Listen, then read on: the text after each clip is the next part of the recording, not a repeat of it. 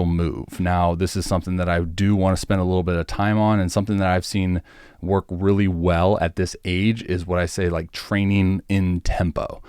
All right. So what happens is at this age, there's a lot of emphasis being put on strikes and time, right? Like get on time, and anyone's brain's going to perceive time or to get on time in a sense of like moving slower through space, because you're trying to consciously feel things as you move slower to get on time.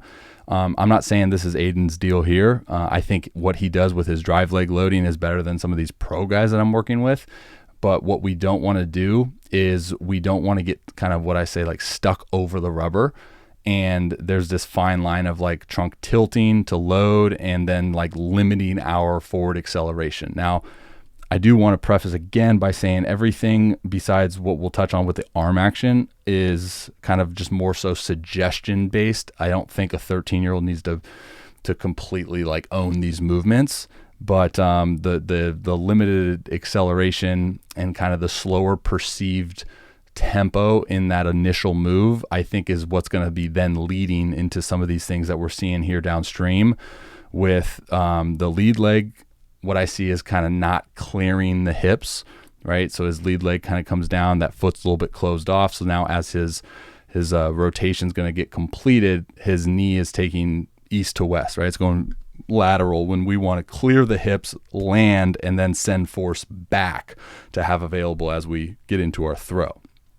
That's like the kinematic sequence, right? So I've seen a lot of times guys that have a little bit of slower tempo in that initial move will kind of have a little breakdown of timing of when their hip's going to start to rotate.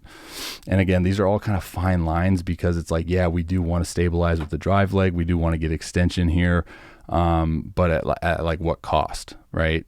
But I do want to say it one more time. He's extremely good where he's at his given age. Like, this is really impressive for me to sit here and watch this.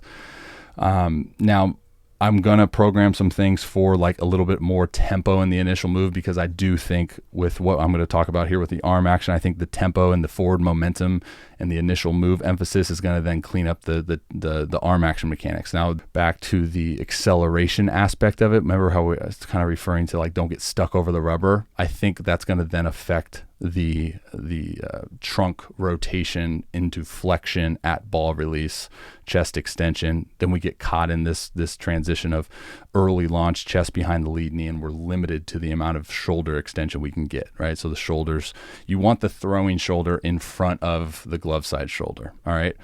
Now, with all that being said, I know that's a lot to unpack, dude. I'll try to simplify it to the best of my knowledge in the report. But this is Buehler from last night. Just a lot of things that he does very similar to Aiden. Let's talk about this initial move forward momentum. Buehler's one of the quickest with tempo. All right. A lot of things in his delivery are moving fairly quick, right? I think he takes the lead leg off the ground and back to the ground at front foot plant like quicker than anyone in the business.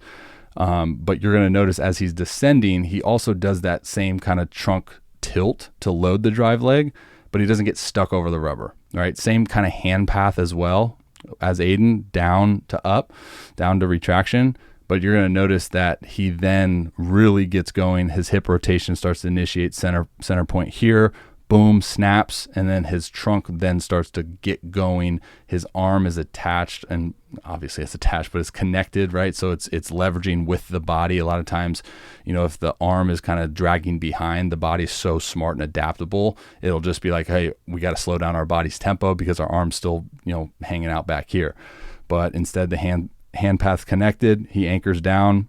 A lot of force into that lead leg. That's what I referred to with that trunk flexion. He goes and gets it, right? Like gets that shoulder extension.